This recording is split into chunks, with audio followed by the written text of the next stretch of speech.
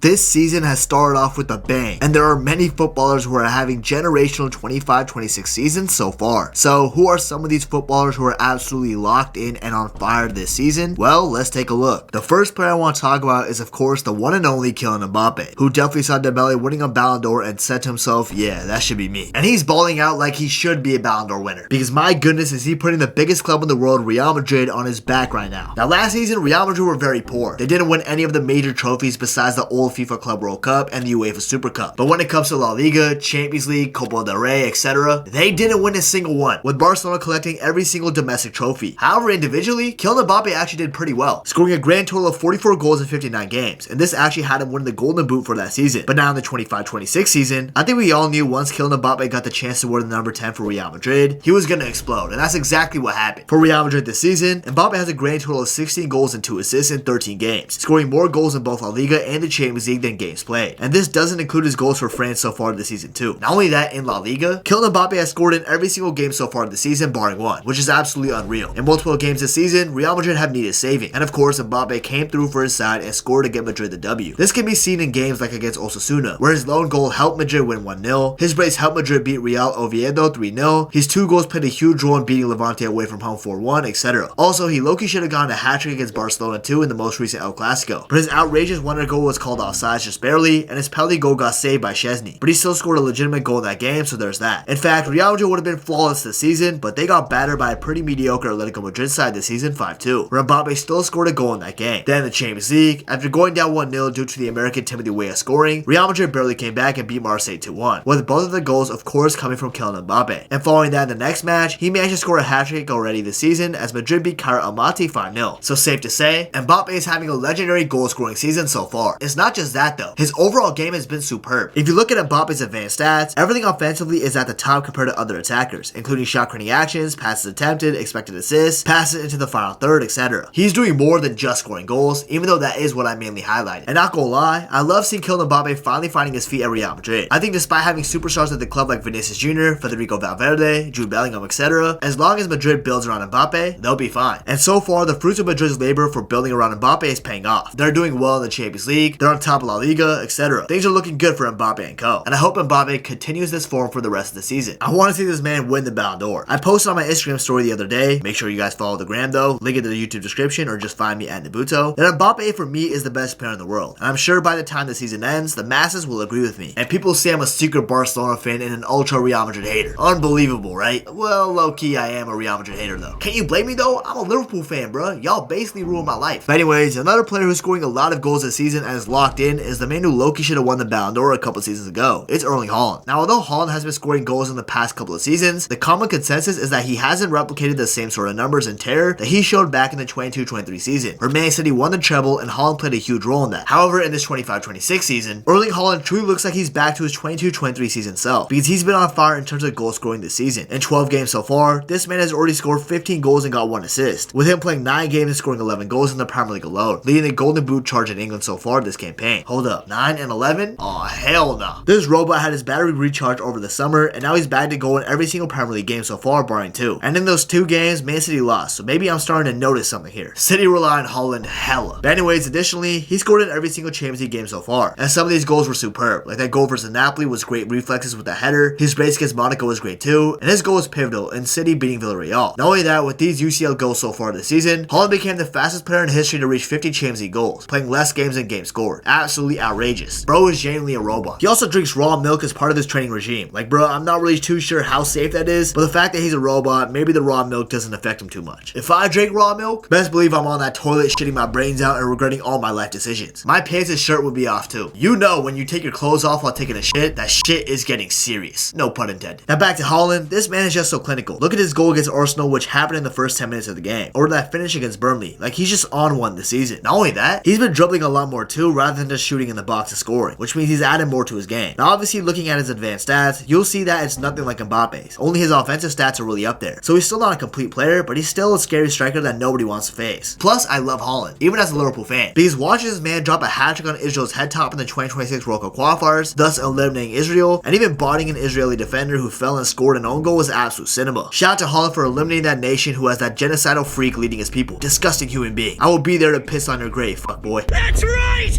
I win! Bro, my fault. I'll keep getting sidetracked. But anyways, Haaland, he's a robot. And his goal scoring prowess so far has him shaping up to have a generational season. So far, he's in the top 3 of my next Ballon d'Or rankings, alongside Kylian Mbappe. But you know who else is in my top 3 for the Ballon d'Or if the award was given out tomorrow? It would be the one and only Harry Kane, who's looking like he's hitting another prime this season. Bayern have changed a decent bit this summer, bringing in new signs like Jonathan Tah, Luis Diaz, etc. But it's still Harry Kane who's still in the spotlight, as he's generally been one of the best players in the world so far this season. I feel like ever since bro stopped playing for Tottenham, he's getting a lot more respect put on his name. And it's about time. This dude is a freak of nature. But he needs to stop being ghost freak in finals though and start showing up. Get it? Cause he ghosts in finals? Ghost freak? Huh? Anyways, this motherfucker Harry Kane can do it all, man. In the first game of the Bundesliga season, this guy dropped a hat-trick on Leipzig's head top. But then a few games later, this dude dropped another hat-trick against Hoffenheim. Plus, if we look at his overall Bundesliga games, he's gotten a goal contribution in every single game apart from one. And also for some reason, this dude is playing as a deep-lying playmaker against Borussia Dortmund. This man can really do it all. But then in the Champions League, he's gotten a goal contribution in every game. Scoring a brace past Chelsea in the first game, scoring a brace past Pafos, and scoring 1 goal past Club Brugge in the third game. In the DFB Pokal Cup 2, this guy has 4 goals in 2 games. And in the match against Cologne, he scored an outrageous brace, with one of those goals just being one of the best goals I've seen in a minute. This dude Kane is on a mission. He desperately wants to win the Champions League with Bayern Munich. And no cap, these guys are probably one of the favorites to do just that. They're the only team to my knowledge in Europe that has still won every single game so far. Who knew a man that got relegated from Burnley and a trophyless man from Tottenham was gonna help Bayern Munich achieve this? Look at us, huh? Who would have thought?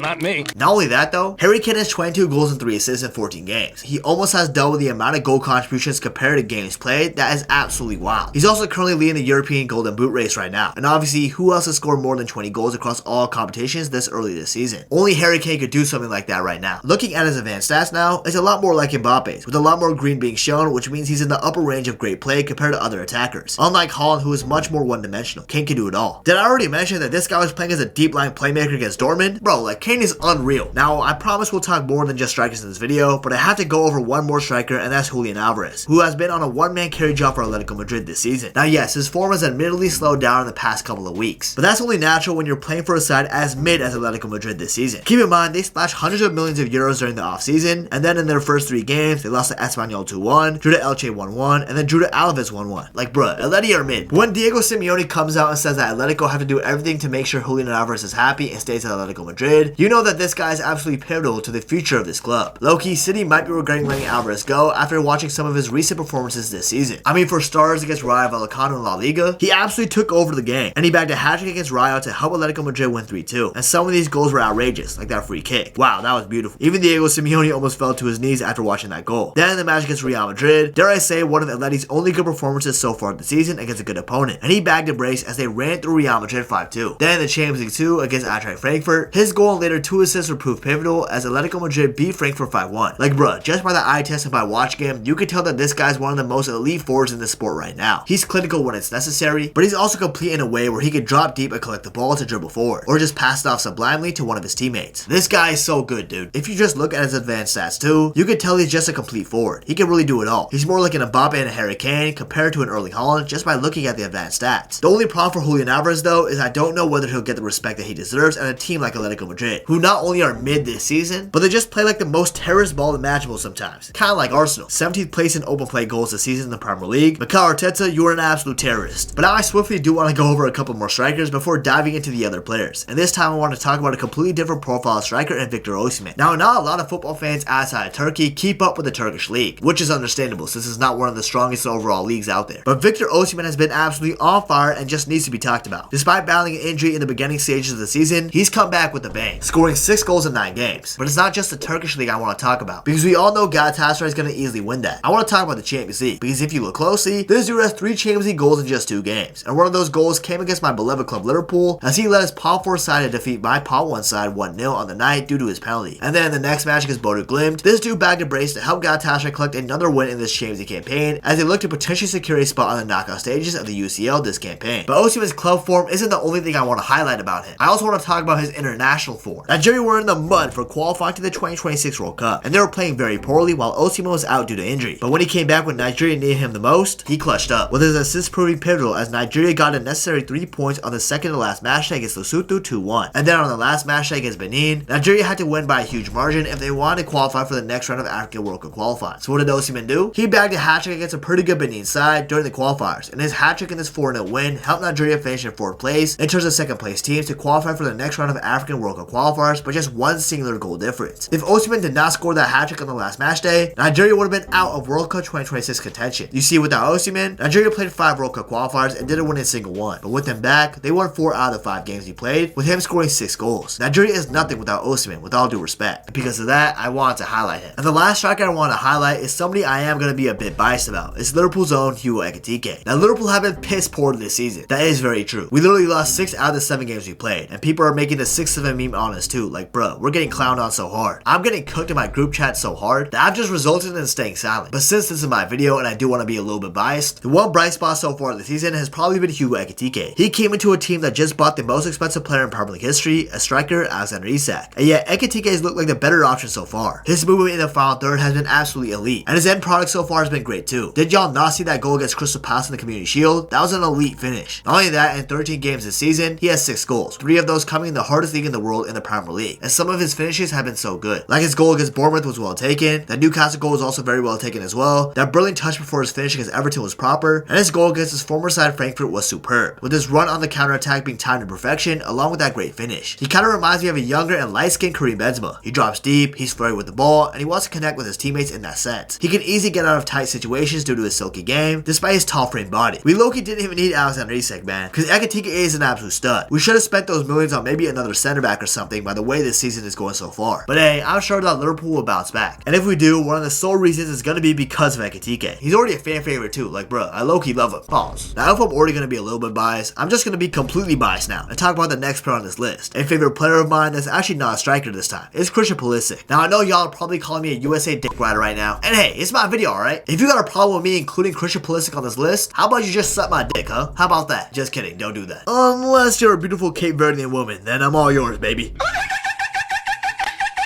Anyways, back to Pulisic. The American has unironically been one of the best players in the Serie A so far this season before he got injured with the US over international break. This season, he has 6 goals and 2 assists in 8 games so far. He's literally averaging a goal contribution in every single game he's played. And not only that, in the last 3 seasons, this dude has the most goal involvements out of any Serie A player with 46. Captain America is genuinely a top player. Y'all are just not realizing this. He also won the Serie A Player of the Month award too this season as well. So y'all might like calling me biased, but he's unironically been one of the best players in Italy this season. So far in the campaign, he scored 2 goals in 2 games in the Italian Cup, scored an important goal against Lecce in the AC Milan's first win of the season, scored a bracing on assist against Udinese in a 3-0 win, and then against last year's champions Napoli, he had an absolutely world-class assist to Salamakers and then an incredible goal of his own to help defeat Napoli 2-1. And although he did miss that penalty against Juventus, Pulisic is still balling out, and I'm glad he's showing this kind of form ahead of the 2026 World Cup, because my goodness, USA needs him. If he's not there, we are cooked. Staying in Italy, let's talk about a young Argentine baller who left Real Madrid to join Como, where he's been balling out under Cesc Fabregas in the 25-26 season. It's Nico. Now,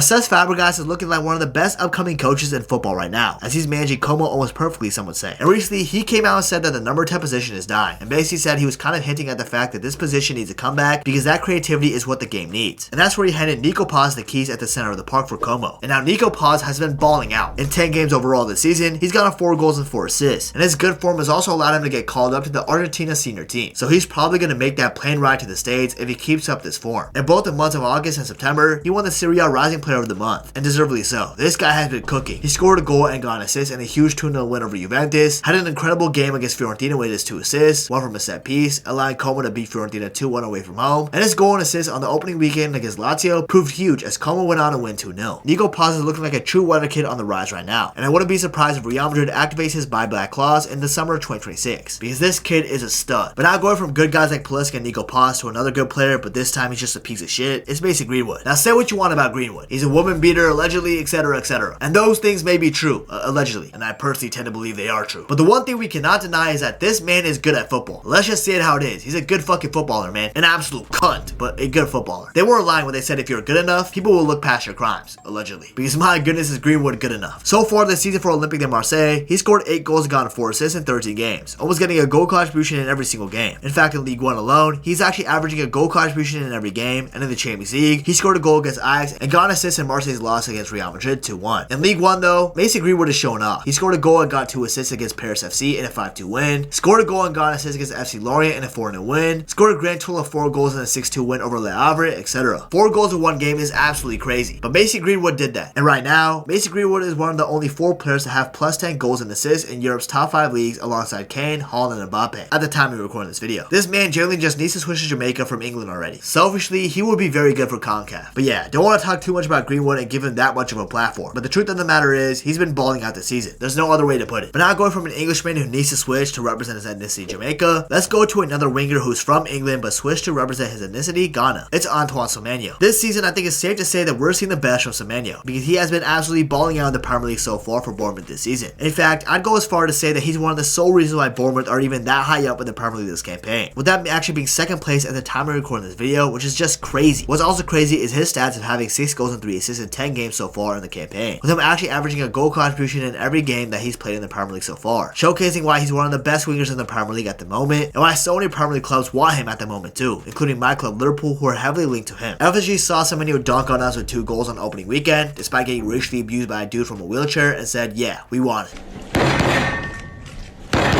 On top of that masterclass against Liverpool though, his goal and assist against Brighton was huge as Bournemouth won that game 2-1. His goal was important to secure that 2-2 draw with Leeds, and his 2 goals and 1 assist against Fulham was a big reason why Bournemouth ended up winning 3-1. In fact, since that opening day loss to Liverpool, Bournemouth have not lost a single game up to the point where I'm recording this video. And as I said before, a huge reason for that is because of Antoine Semenyo. And now I want to talk about a player who's showing great form and is kind of having a comeback season. It's Ansu Fati. After seeing his struggles of being labeled as Lionel Messi's heir right after his departure, being given the number 10 and everything, and after struggling from numerous serious injuries, it's nice to see Ansu Fati back balling after everything he's gone through. It all started after he came off the bench in the Champions League match against Bruges and scored in their 4-1 loss. But this was the first time Fati scored in like over 2 years. Then in his first game back in League 1, he scored a brace in that match against FC Metz and Monaco's 5-2 win. The weekend after, he scored in that loss to FC Lorient, and then he bagged another brace against Nice the weekend after that. That means in 9 games he's taken a part in so far this season, Ansu Fati has 6 goals. Now this isn't anywhere near the stats of some of the other players on this list, but just seeing Ansu Fati showing some sort of good form is lovely to see. I know I made a video a couple years back talking about the downfall of Ansu Fati, but if he keeps his form up, I would love to make a video talking about his comeback in his career. So Ansu Fati, I am rooting for you. But anyways, these are some of the many footballers who are on fire this season. Do you all agree with my list, and did I leave any player out who has performed well? Let me know down in the comments. And for those of you who are gonna ask where are the defensive players on this list, I don't think any defensive players have stood out to me so far this campaign, except Moises Caicedo, but I left him out on purpose. I'm low-key still salty about him embarrassing my club Liverpool both on and off the pitch. Sorry y'all, I am biased. Anyways though, if you enjoyed this video and want to see more like this, please remember to subscribe to the channel. I really appreciate it. And please be sure to follow my Instagram, Twitter, Twitch, and join the Discord community. All the links are in my YouTube description. And last but not least, if you want to learn why I think the hate on Lamine Yamal recently is completely unjustified, you definitely want to check out this video right here. You won't regret it.